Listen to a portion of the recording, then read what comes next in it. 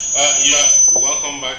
We're still very much at the ongoing 28th International Islamic Training Program, and this is the second day since we started. Remember, we had sessions yesterday, and of course, just earlier today, we have also had two previous sessions before now.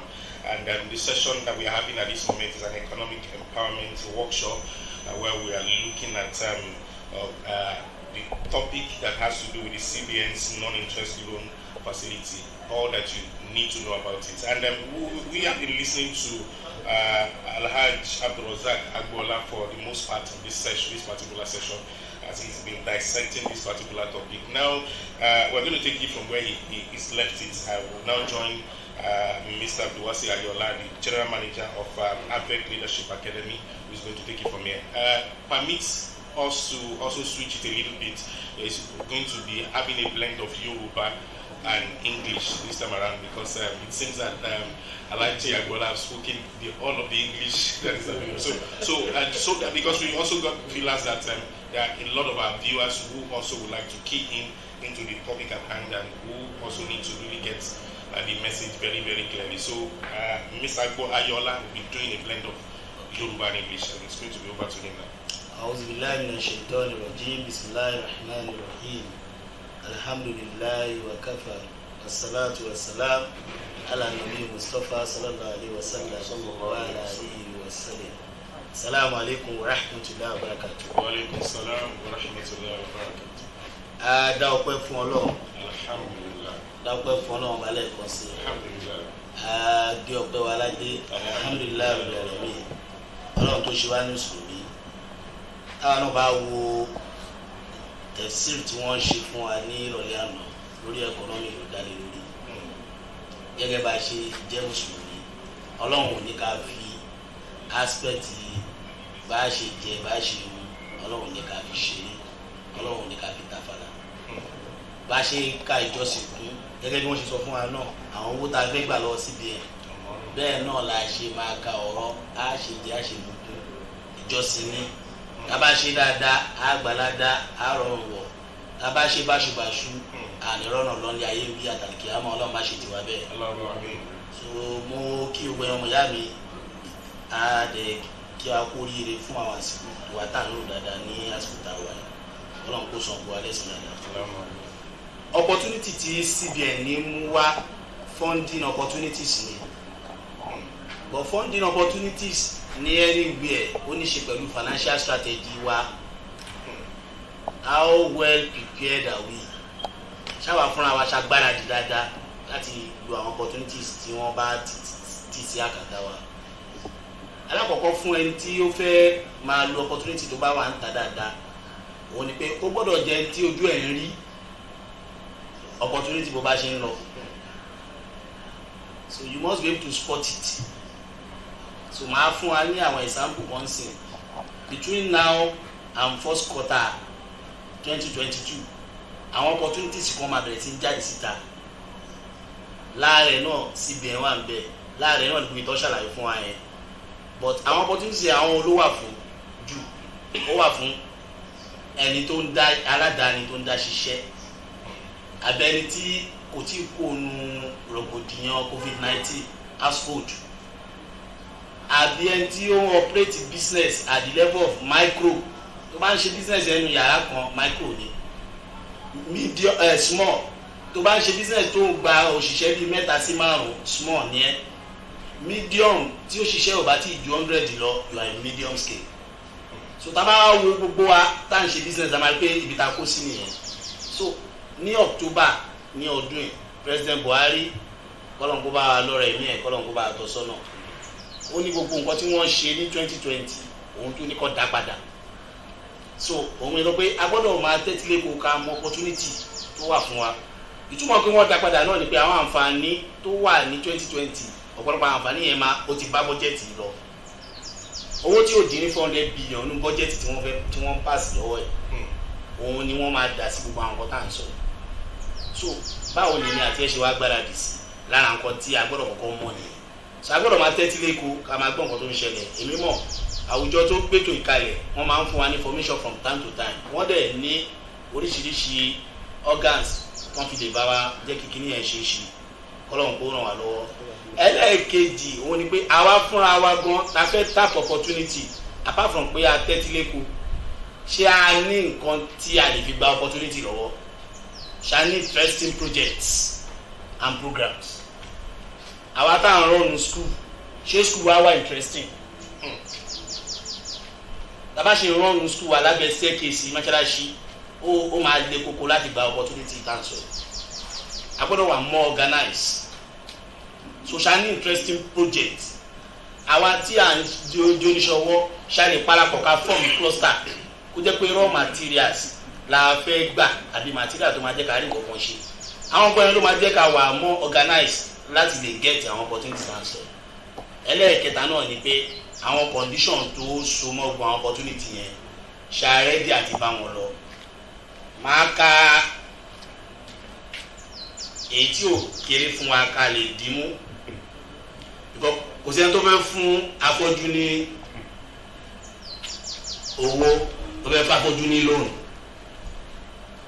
giving loan to a blind ìjọba náà fẹ́ ṣe ìjọba fẹ́ ẹni tó máa gba loan tó máa lò ó ṣe kó lò tó dẹ̀ máa dá padà so àwọn conditions yẹn aláti wo wọ́n máa ń wò ní finance lára ẹ̀ ní capital ìwọ́gbọ́n fún ààrẹ tó ń wá opportunity ṣó ti kó owó lórí òwò yẹn ṣé wọ́n fún ààrẹ ti invest àbọ̀rẹ́dì àti invest because wọ́n lẹ́rù ló máa ń gbé ẹrù ẹ̀ níbi tó ti wíwo kí wọ́n tó wà ràn lọ́wọ́ ẹlẹ́ẹ̀kejì ni pé àwa fúnra wa náà ṣá máa ń think láti protect business yẹn pẹ̀lú collateral ẹlòmínú aláǹfààní irú owó tó sọ tó pè ní 10 million yẹn aláǹfààní lé family àjọṣepọ̀ àárín wa àtàwọn ẹ̀gbọ́n wa dá tó bá pélé family yẹn lè fi ṣe collateral láti gbà wọ́n adìyẹ ọlọ́run business tó dúró dédé tó bá wọ́n lè gbà fún wa láti gbé sílẹ̀ collateral nìyẹn àní láti máa wá kiri àwọn kan lu wa náà ara lẹ̀ káàkiri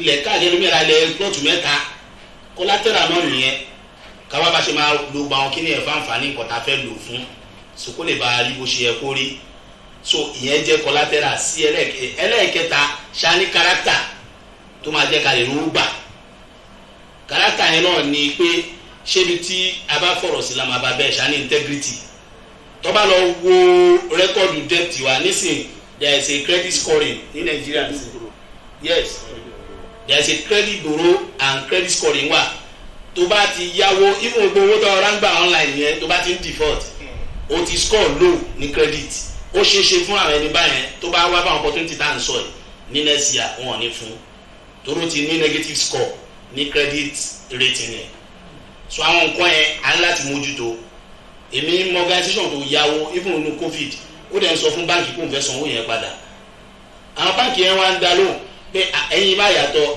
kò sí kọ́sítọ́mà tó lóun fẹ́ san owó padà nínú covid yìí àfẹ́yìn only because àwọn fẹ́ kó affect covid àwọn kó affect credit rating àwọn so ọ̀rọ̀ character nìyẹn the conditions gbogbo conditions tó kàkàlẹ̀ yẹn ṣàrẹ́dẹ̀ àti kàkún àbí àfẹ́ kàkún àwa tá à ń ṣe business à ń ṣèṣirò owó tó ń wọlé owó tó ń jáde nǹkan tó kéré jù nìyẹn inwards gbogbo owó tó bá ń wọlé ká máa rẹ́kọ̀dẹ̀ síbi kan àti inward gbogbo owó tó bá ń ná ká máa rẹ́kọ̀dẹ̀ síbi kan àti outward ká wá pe accountant a ní kò síṣẹ́ àdẹ̀fẹ́ fáwọn èèyàn ṣẹ́ ká pe accountant ọmọ tó lọ sùn ìwé tó ṣe OND ó lè bá wa kó àkáǹtì yẹn jọ á lè bá wa fi prepare books of account book of original entry tá lè produce fún bank lẹ́nu ọjọ́ mẹ́ta ẹ̀ Lagos State fẹ́ fún àwọn èèyàn lówó títí ẹ̀rọ gọ̀mẹ̀tì fáwọn èèyàn lára nǹkan tó wá wò ṣọ́ọ̀bù wọn náà ni pé ibi tó ń kọ́ nǹkan tó ń tà sí jà sálárì tó ń fáwọn èèyàn èyí ibo ló ń kọ́ sí ẹlòmíì ń kó owó fáwọn èèyàn lọ́wọ́ láti inú sálárì ó lè kó máa sọ láti inú account òun náà fi ń sọ̀rọ̀ pàtàkì ká ṣí account ẹ jẹ́ ká run business bó ṣe yẹ ká run ẹ̀ ìyẹn ni conditions tí a máa fi wà favourable kọ́ lè mú wa fún àwọn owó tá à ń sọ yẹn cash flow wa ṣá máa ń ṣe bó ṣe ń jáde bó ṣe ń wọlé yẹn ṣá ń mójútó ṣá ní budget ṣá wá ń trace budget yẹn a kì í ná jùlọ ṣé kò ń ṣe owó ẹran léyà náà tún gbà káǹtì business kọjá àtowó ta fún bàbá àbèjì pé kọ́ fi ṣe owó òkò mọ́ so gbogbo kí ni ẹ gbọ́dọ̀ yàtọ̀ síra wọn àgbọ̀dọ̀ bí alórúkọ mọ́ ṣàkọ́ so èyí tó tún tẹ̀lé náà ní competence àwa ata là ń ṣe business ṣàdángájá ṣà ń train ara wa dáadáa wọ́n ní lóṣù mẹ́fà tó o bá ti lékún sí lórí nǹkan tó ń ṣe òkú ni ẹni dín nǹkan yẹn so a láti wá nǹkan yẹn so èyí tó wá gbẹ̀yìn náà ní capacity ìlàrẹ̀ ní growth kí ló plan for business yẹn in the next 3 years, in the next 5 years, kí ni business yẹn fẹ́ bí fún ẹ. Kí ni àwọn nǹkan tí ò jẹ́ ká máa rówó gbà, máa sọ àwọn owó mi tó wà fún wa tá lè gbà. Alákọ̀ọ́kọ́ ẹ̀ lọ sọ fún alẹ́ nǹkan yẹn, a ní proper book of account and keep book, lára nǹkan tí ò jẹ́ ká rówó gbà ni. Ẹlẹ́ẹ̀kejì ni indiscipline. Tó bá ti dé ọwọ́ ẹ̀rù ní ìbá ìgbà ẹ̀ ló máa rántí pé tẹlifíṣàn òun ti bàjẹ́. Tẹlifíṣàn tó ń show blue tẹ́lẹ̀ tí nǹkan kan ò ṣe ó máa lóun fẹ́ change ẹ̀. So indiscipline yẹn á láti mójútó. Lára nǹkan tá láti mójútó òun náà ni àwọn ìmọ̀ tá a ní láti fi jẹ́ kí business yẹn ká má máa náwó tó pọ̀ jù kó wà cost effective. Lára ẹ̀ náà ni ìmọ̀ technology aláti rọ̀kọ̀ àti sọ́lẹ̀ nǹkan lára competence ní technology competence ó wà lára nǹkan tó bá jẹ́ kalẹ̀ business ìṣàdáyà sí. Digital marketing a gbọ́dọ̀ lè ṣe àwọn kankan fúnra wa ká lọ kọ́ àwọn nǹkan yẹn free courses wà online ó wà ní Google èyí tó bá ti Google ká lọ fowó kọ́ so ìyẹn máa improve wa kò ní jẹ́ pé gbogbo nǹkan náà la máa dààmú lé lórí so bàbá ṣe dáńgá ṣíà sí yẹn àwọn owó tá à ń ná lórí business yẹn máa kéré tí owó tá à ń ná bá ti ń kéré èrè máa pọ̀ sí. Lára ẹ̀ náà ni self denial a máa ń tọ́ra wa ẹlòmíì ò tó méjì kò tó ẹyọ kan ń pèrè méjì a máa ń tọ́ra wa nǹkan tó o bá tó máa sọ pé o tó bá mọ̀ pé o ò nídìí lóònù 5 million má lọ yá 5 million má dá gbèsè sílẹ̀ lọ́rùn àwọn business mi tó bá evaluate ẹ̀ ò nídìí owó nǹkan tó nídìí ni kò ṣe business ẹ̀ dáadáa nǹkan tó nídìí ni kò lo relationship ẹ̀ láwọn supplier kó lè máa rí àwọn nǹkan tó yẹ kó rí mùdùmùdùn tí ò wọlé dáadáa nǹkan tó nídìí nígbà míì ni pé kó adjust expenses yẹ kó wà discipline o ní láti lọ yáwó so àwọn nǹkan yẹn ní ká mójútó káyé tọ́ra wa láàrẹ̀ náà lójú kòkòrò màrí màá jẹ tán èmi nìkan ni mo fẹ́ jẹ gbogbo ẹ̀ àwọn nǹkan míì tó yẹ ká ṣe ó yẹ ká jọ ṣe pọ̀ ni kò sí nǹkan tó stop gbogbo àtà ní school nígbà tó yẹ pé a máa ń lo pépà ká lọ kó pépà wọlé láti bẹ̀rẹ̀ ọdún kí o bá kówó jọ ká fọ́ọ̀mù cooperative ká fọ́ọ̀mù business ká lo bank àti intermediary ká kó container pépà wọlé gbogbo alámàgbàdà lo pépà yẹn ojoojúmọ́ ni pépà wọ́n sí a máa complain kí là ń dẹ́gbẹ́lẹ̀ fún ẹgbẹ́ yẹn ò ní túmọ̀ tá a bá lè fi benefit ara wa kọjá ti di pé èmi kan fẹ́ jẹ́ òun ló jẹ́ ká rí ṣe jógbá bá fi 1 million lẹ̀ 20 school tó fi 1 million lẹ̀ wọ́n á kó pépà 20 million wọlé gbogbo alálẹ́ ní pépà tó tó máa parí so gbogbo àwọn nǹkan yẹn la gbọ́dọ̀ change àwọn strategy wa bá ṣe ń ṣe so láàrẹ̀ náà ni àwọn nǹkan tá a máa ń gbé ṣe yẹn gbogbo àwọn project tá a máa ń tì kiri yẹn ṣó wà more attractive tó kò ń ṣe pé akọ̀ ń ṣe yorùbá àwọn èèyàn fẹ́ ṣe nǹkan akọ̀ ń ṣe nǹkan tó nígbà tí ó bá ti wà worthwhile ọ̀hún ní accept ẹ̀ lọ́wọ́ wa bank then níparí láàrín gbọ́dọ̀ kì í jẹ́ ká ló gbà òun ni ká máa mọ̀ pé a lè fail a gbọ́dọ̀ plan para a lè fail we can fail even with gbogbo plan wa so yẹn ló máa bí ọ̀rọ̀ risk management torí pé àti identify pa lè fail a máa yọ àwọn area tàbí lè fail yẹn a máa wá yọ síta a máa wá wò kí ni àwọn nǹkan tó yẹ ká ṣe tí ò ní jẹ́ kí failure yìí kó hàn jù fún àpẹẹrẹ ẹni tó ń ṣe poultry ó ti mọ̀ kó máa jí ẹyin kò sí bó ṣe mú ọ kó ṣe máa ránṣọ́ ó máa jí ẹyin èmi lẹ́nìkan tó ń ṣe poultry ojoojúmọ́ lẹ́dí yẹ 12 ń kú ó wá láti gbé kalẹ̀ pé gbogbo ẹ̀dìyẹ tó bá ti kú ẹ máa kó bọ̀ lé mi lójoojúmọ́ àwọn tó fẹ́ kẹ́dìyẹ yẹn wá máa lo 6 hours lọ́nà àlọ́ àbọ̀ náà wá lo 8 hours nígbà tó yà lẹ́dìyẹ òkú mọ́ so kí ló jẹ́ kẹ́dìyẹ kú mọ́ torí ó fi risk management strategy sílẹ̀ ó fi ọ̀nà tó máa fi kọjá àwọn èèyàn tó máa da lófò so tábà tí yàrá súpè gbogbo everything is well ìyẹn gbogbo ni problem everything is not well tábà ti gbé àgbékalẹ̀ kalẹ̀ ká wo àwọn eré àti ẹgbẹ́ àní ṣe déédéé mbẹ àní ṣàṣeyege ká wá plan kí làwọn kan tí ò ní jẹ́ ká ṣàṣeyege what if àti gbára lọ́nà our plan pé tábà fail nǹkan báwo la ṣe fẹ́ reduce effect failure yẹn àwọn nǹkan yẹn tábà ti ní ẹjọ́ bá ní risk analysis plan tó fi sínú business plan ẹ̀ ọmọ àtẹ̀tẹ̀ accept ẹ̀ láti fún àwọn owó tí wọ́n ń sọ yẹn jọ ẹni tí ò ní lọ then àwọn ọ̀nà míì wo ló wà fún wa láti rí owó kò ń ṣe lóònù nìkan lọ́nà owó grant wà fún wa láàrin sí april next year sí wọ́n máa pín survival fund àwọn la ready ṣàti register business wa tó bá ní ká mú ibi tàbí san salary fáwọn èèyàn in the last 6 months jáde àkáǹtì wa ṣoṣo pé inú àkáǹtì láti san salary gbogbo àwọn ọgbọ́n yẹn ní ká lọ mójútó lákọ̀ọ́ yìí máa complain. So àwọn tó ti register business ká lọ register because ẹni tí ò register business tẹ́lẹ̀ kò lè wá gba opportunity nígbà tí owó dé. So àwọn ọkọ yẹn ká mójútó. Then àwa fúnra wa náà láàárọ̀ ọ̀nà tá tún lè fi meet up pẹ̀lú grant. Lagos State ti give grant. Ó kéré kò kéré wọ́n give 250,000 naira. Wọ́n ṣe lọ́wọ́ mi sọ̀rọ̀. Federal government give over 1 million lánàá fún àwọn businesses. Èmi wọn business yóò di ní 30 tó gbà lẹ́gbẹ̀ẹ́ ni.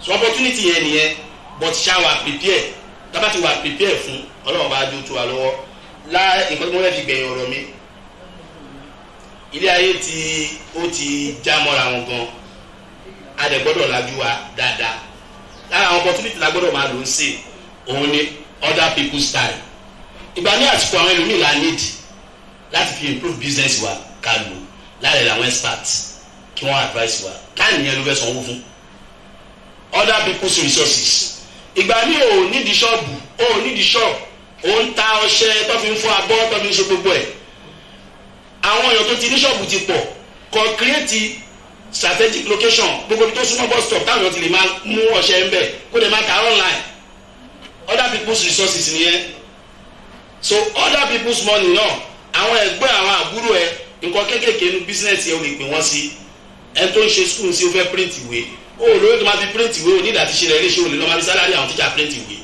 pé gbogbo àwọn tíjà jọ abẹ́ print ìwé láàrin oṣù mẹ́ta owó ẹ̀ máa jáde ta ló fẹ́ kówó lẹ̀ yé ta máa rí ni wà á kówó yẹn máa wọlé láàrin kátó lajú kátó díjú kátó là bó ṣe rí nìyẹn bọ́tá bá ti lójú kòkòrò à ń gbọ́dọ̀ abẹ́ jẹ gbogbo ẹ̀ tán à ní rí àwọn nǹkan yẹn ṣe so we should move from using only our resources to other people's money other people's time other people's resources and other people's advantage ìgbà míì àwọn èèyàn ló máa introduce wa sáwọn èèyàn so ká tún character wa ṣe òun la sọ lẹ́ẹ̀kan yẹn kọ́ lọ́wọ́n bá kí ó ràn wá lọ́wọ́ so kò ń ṣe lóòrùn nìkan láti fi improve business gbogbo àwọn kọ́ta tún sọ yẹn náà ó máa ṣe àlékún bá wa ká lè wú ká lọ gbọ́ àgbọ́yé partnership nǹkan tá a bá ti lè ṣe a lè ṣe pọ̀ ọlọ́run bá lè jẹ́ ká mọ̀ pé ọwọ́ ọlọ́run bá wà lórí àwọn jọ̀mọ́ pé nǹkan tá a bá lè ṣe lẹ́yọ̀kan a lè ṣe pọ̀ lójijì irú program tá à ń ṣe ń sìn agbègbè TMC nìkan ò lè ṣe wọn náà ṣe pé other scholar wa látọ̀dá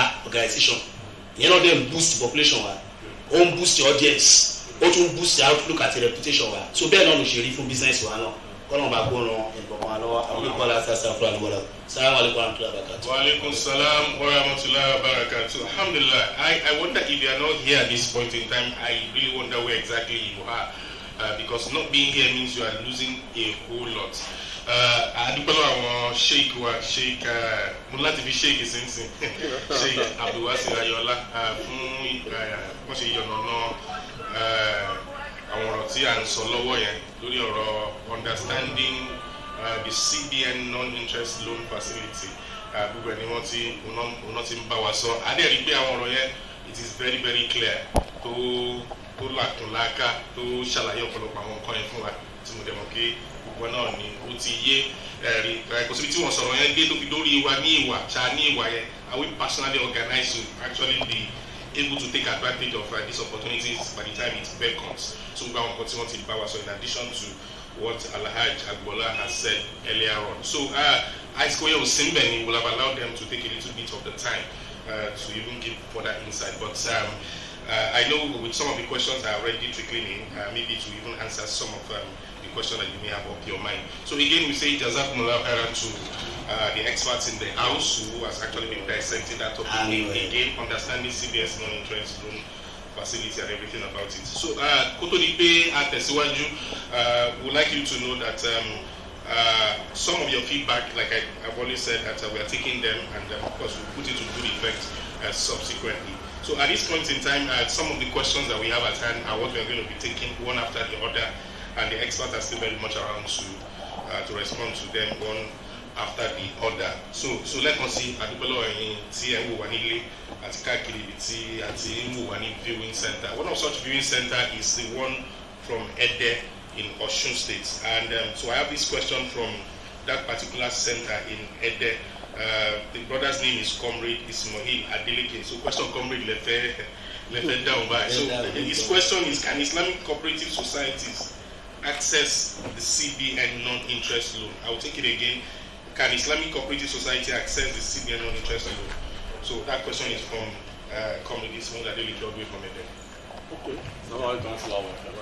Is yes. The answer is yes. They can. Okay. They can access. What they need to do is to go to the nearest bank if they have an existing account that shows that they are cooperative. Then they can approach them, tell them their rules and the purpose of the money. And there is one of the facilities that is made for group, which cooperative is one of the group they expected to participate in this facility. They can do that. Okay, all right. So there you heard that, comrade, and for those who also are interested in that particular question. So this next question, again, is not attached there. You would like to know, how do you classify house repair loan for government workers for certain amounts deducted upfront before repayment? Again, how do you classify house repair loan for government workers in which certain amount is deducted upfront before repayment?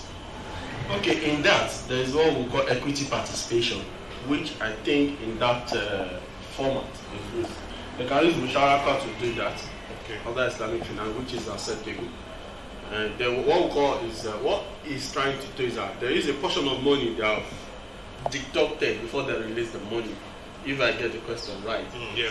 Which, that is, for example, you want to do a project worth 2 million or 2.5 million, and the government now said, contribute 500, we'll give you the remaining 2 million. But the 2 million must come to the government account before they release the 2.5 million. Get it right. The 2 million, the 500 you are contributing in quote must come into the government account before they release the 2.5 million. What they are releasing to you is what 2 million. What the 500 you have contributed is what we call an equity participation. It's allowed in Islamic finance. All right. So thank you very much. So there you heard it. It's very much allowed. So this next question is from Abdulakim Muhammad Alawal, all the way from Surulere here in Lagos State. His question is, how genuine is the EDI? How genuine is the EDI? He's saying that he's been asked to pay 25,000 naira for training and processing, and he wonders why. Okay, it varies. What they did is that when they are charging on the business plan, because it's allowed, the EDI can help you to write what we call a proposal of feasibility study or a business plan, and they're allowed to charge on that. The main charge, like what I said earlier, is 10,000 naira. The CBN said the EDI to charge for the training. But they open, there is what we call an open, or let me say, they relax when it comes to some professional consultant service, professional service. They are going to render in order for you to perfect your document. Maybe that is what brings up to 25,000. No, the 10,000 for the training, while the professional service or professional or consulting service they're going to render in order to ensure that he or she has access to that form. That is the meaning. It's still on ADI, let me add. On ADI, let me add. The facilities of CBN that are outside ọ̀nà méjì ló pín sí. Àwọn kan ti wà ń ta tẹ́lẹ̀ interest base ni wọ́n. So àwọn ní EDI tó pọ̀ gan. Smeden wà lára wọn. Lagos Business School wà lára wọn. National Development Department of Employment tó wà lọ́nà Yaba ń bẹ̀ ní Sábó ó wà lára wọn. Wọ́n pọ̀ gan báyẹn. Àwọn school lára kan náà wà ń bẹ̀. Interest base ni nǹkan tẹ́ bá ti ṣe pẹ̀lú wọn. Non-interest EDI wọ́n ṣẹ̀ṣẹ̀ certify wọn ní ọdún yìí ni. Wọ́n ọ̀dẹ̀ pọ̀. Kódà ní gbogbo North West méjì ló wà ní. South West ní sí àti ìrìjẹ́ ọkùnrin. So wọ́n ọ̀pọ̀. So àwọn mẹ́fà sí mẹ́jọ. So gba àwọn EDI tó ń polówó kiri íńtánẹ́ẹ̀tì yẹn wọ́n ń ṣe non-interest o. Wọ́n ń ṣe non-interest general one ni. So àti láwọn èèyàn tó ti lọ ṣe training bẹ́ẹ̀ wọ́n wá dé àárín méjì ara wọ́n ní wọ́n máa sọ interest lórí lónìí wọ́n ń ṣe non-interest EDI. So aláàtí gbàgbọ́ yẹn yẹn. Tá a bá fẹ́ non-interest loan non-interest EDI nìkan ló lè package yẹn. Let me add to that. So the only non-interest that we have is what we call IKEA, which is approved in Southwest. For the Southwest, there is a consultant that manages that. We call them IKEA. Okay. And they are the only one that covers Oyo, Ibadan, the Southwest down. From non-interest, this CBN facility, EDI. Okay. When you get to the place to pick, you can pick IKEA. And the IKEA consultant, but they use IKEA. I'm sure they use IKEA for that. Okay. And that's the only one we have in Southwest for that. Okay. All right. So that's a very, very privileged information you have there. So you need to be very careful the one you actually positioned for. Okay, maybe we'll stay with Mr. Ayoola. This questioner would like to know, he said, what shall we call return paid on sukuk? The questioner wants to know if it's not haram. The return paid. Okay. Okay, return, when we talk about sukuk, it's a long-term investment. And what they paid back is not an interest. Sukuk itself is an Islamic term. In other commercial, they use bond. And you will see, recently, the GMO will sell bonds, government bonds, treasury bills. But when it comes to sukuk, the return they paid on sukuk is not, it's a rental. We call it a rental. So it is not haram. It's not haram, it's allowed. That is the simple. It's a rental paid. Yeah. No, it's a rental. For example, we jointly said we are building this road. And I want to lease this road back in the next 12 years. And for those that applied need to be paying me what we call a renters. And government said, let me pick up the renter. So far, I'm the one to do this road initially. And I don't have the fund. Let me go for sukuk because it's a long term. And then you give the money to the government. Government now pay you a renters back. Renters is allowed this. Just like a fee, just like a markup that you get on your return. It's a return on the rent that is allowed. Okay. All right. So we'll come back to you because I have some questions that are specific for you as the CEO of Al-Baraka. I'll come back to you. So let's go to Alhaji Ayoola now. This person is saying that there is fear of doing business with others these days. And as you said, it is now inevitable in the world today to go away from partnership. So the question really is, what can one do to mitigate loss in partnership when you go into partnership with others? Number one thing, Takoko need entrepreneurship partnership. I need effective partnership training. Minimum. Yes. Gbogbo yín lè máa wà ní training yẹn. Gbogbo yín ni. Professor kan wà ní Asia, training tó ń ṣe nìyẹn. Adé láwọn certified people. Global Center ti TMC ni wọ́n lè ṣe training fún yín. Gbogbo àdáwà interested in partnership. The first step is to pass through that training.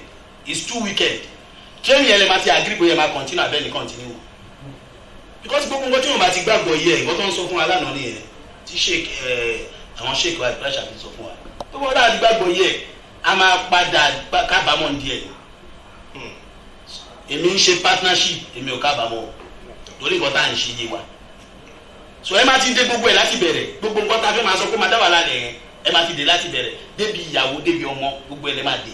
So ẹjọ́ ẹ jẹ́ ká kọ́ mọ̀ wọ́n ní ká kọ́ nǹkan tá a bá mọ̀ lọ́dọ̀ àwọn tó bá mọ̀ nípa ẹ̀. All right.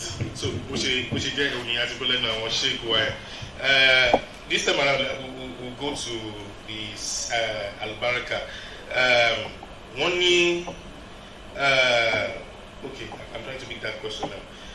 This person is saying that he has been trying to connect to Al-Baraka app, but has been finding it difficult to do. So I think he's been directed to call the call center.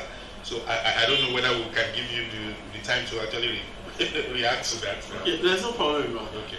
Look, if, for example, you have an 16 account, okay, and then you want to reactivate, that is the word. You want to reactivate your account. Okay. And then they said you should contact the customer service, and you have tried several. Let me give you a number here.